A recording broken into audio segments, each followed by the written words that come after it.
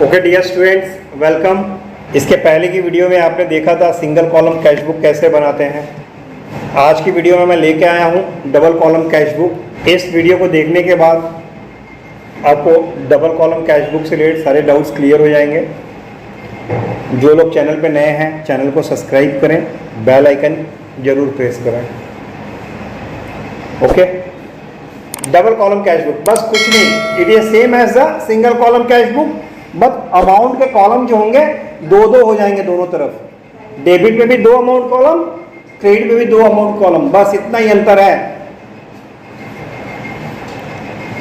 जिससे क्या होता है कि आपका एक ही कैश बुक में आपको अपने कैश की भी डिटेल पता चल रही है और बैंक की भी डिटेल पता चल रही है। कोई डाउट? कॉन्ट्रा एंट्री, यार कॉन्ट्रा एंट्री कैसे बोलना है किसे? देखो, आपके बिजनेस के ही दो ऐसे लेजर, दो ऐसे खाते, ठीक है, जिनमें एक में से पैसा दूसरे में ट्रांसफर हो रहा है। अब दोनों अकाउंट का नेचर सेम है, दोनों अकाउंट का, इसको कॉन्ट्रा एंट्री बोलते हैं। फॉर एग्जांपल, बैंक में पैसा जमा किया तो भाई बिजनेस का कैश बैंक में जमा किया, बैंक अकाउंट भी बिजनेस का, कैश अकाउंट भी, दोनों एसेट है, दोनों एसेट है, दोनों का नेचर सेम है। पैसा मेरे जेब में पड़ा रहे कैश इन हैंड तो भी एसेट है, मेरे बैंक अकाउंट में पैसा पड़ा रहे तो भी वो मेरा एसेट है, संपत्ति है। क्लियर? तो दोनों का नेचर भी सेम है, ठीक है। तो ऐसे वो बोलते हैं कॉन्ट्रा एंट्री, इसको बोलते हैं कॉन्ट्रा एंट्री। कॉन्ट्रा एंट्री एक केस में जहाँ पे एलएफ वाला कॉलम होता है, लेजर फोलियो, वहाँ ब्रैकेट के अंदर सी जरूर से लिख दिया करिए गोल करके, और रिफर करता है कि it is a Contra entry. अब देखो, अब जब आप कैश बुक और बैंक बुक यूज कर, मतलब cash book double column use कर रहे हो, तो अगर मान लो आपने बैंक में कैश जमा किया तो आपको डेबिट में भी रिकॉर्ड करना पड़ेगा और क्रेडिट में भी, क्योंकि डेबिट में आपके बैंक में पैसा आ रहा है और कैश जा रहा है, तो दोनों साइड रिकॉर्ड करोगे कि नहीं? कुछ ट्रांजैक्शन दिए वहां, चेक कर लीजिए आप लोग। ओके, अब देखो, सबसे पहला ट्रांजैक्शन है कैश इन हैंड 1500 है, कैश एट बैंक 9000 है, 1 अप्रैल 2016 को दिया हुआ है सामने। तो ऐसा हो सकता है ना कि 31 मार्च 2016 को जब बंद किया कैश बुक तो देखा, हमने पाया ये कि हमारे पास कैश 1500 रुपये बचे हैं और बैंक में 9000 रुपये बचे हैं। तो वो पैसा अगले साल दिखाओगे कि नहीं दिखाओगे? 1 अप्रैल में दिखाओगे कि नहीं दिखाओगे उसको?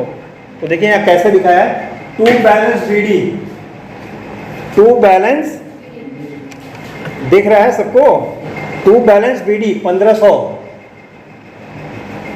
किसमें लिखा है? कैश में, क्योंकि कैश कितना बचा था आपके पास? 1500। अब बैंक में 9000 दिखा दिया, तो ये आपने अपना ओपनिंग बैलेंस दिखा दिया। क्लियर?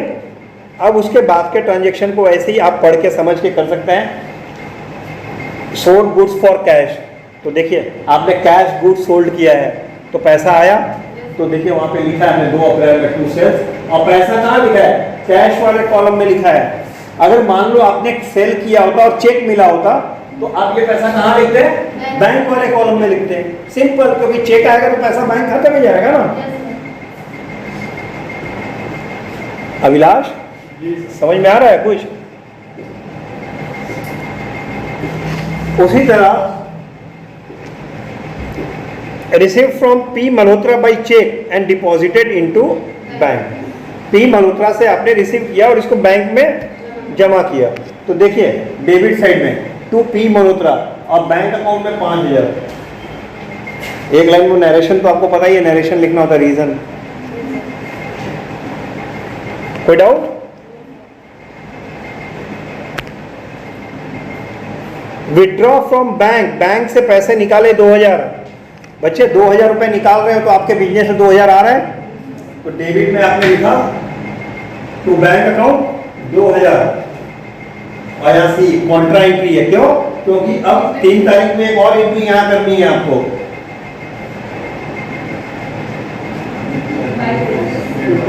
है ना, ये रहा 3 अप्रैल में बाई कैश 2000 रुपया आप बैंक से जाता हुआ दिखा रहे हो।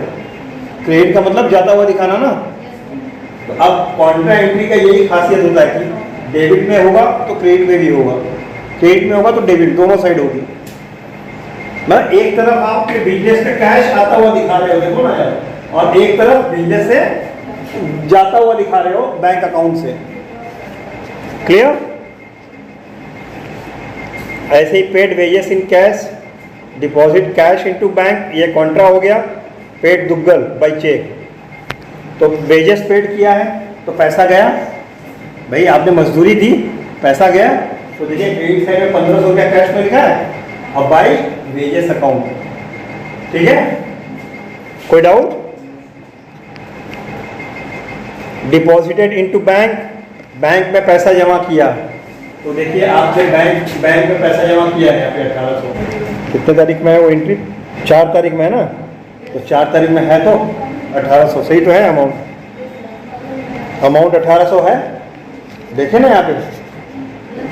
बस यहाँ पे कॉन्ट्रा लिखना छूट गया लग रहा है, सी। ठीक है, यहाँ सी लिखना छूट गया। बुक में दिया? ओके। नेक्स्ट, फिर ये तो मान लो कि आपने बैंक में जमा किया ना, तो आपने बैंक में डेबिट कर दिया, लेकिन कैश भी तो गया है आपका। तो 4 तारीख में देखिए कैश जाता हुआ दिखाया आपने। दोनों तरफ एंट्री हुई है कि नहीं हुई है? सो ऐसे ही होता है कैश बुक डबल। ठीक है, और इसमें क्या करेंगे आप? डेबिट का कैश और बैंक का टोटल करिए, क्रेडिट का कैश और बैंक का करिए। जो बैलेंस आएगा, जाहिर सी बात है वो डेबिट साइड में आएगा, तो वो बैलेंस को कम वाली जगह पे लिख दो। कम वाली जगह पे लिख दो, तो इससे क्या होगा?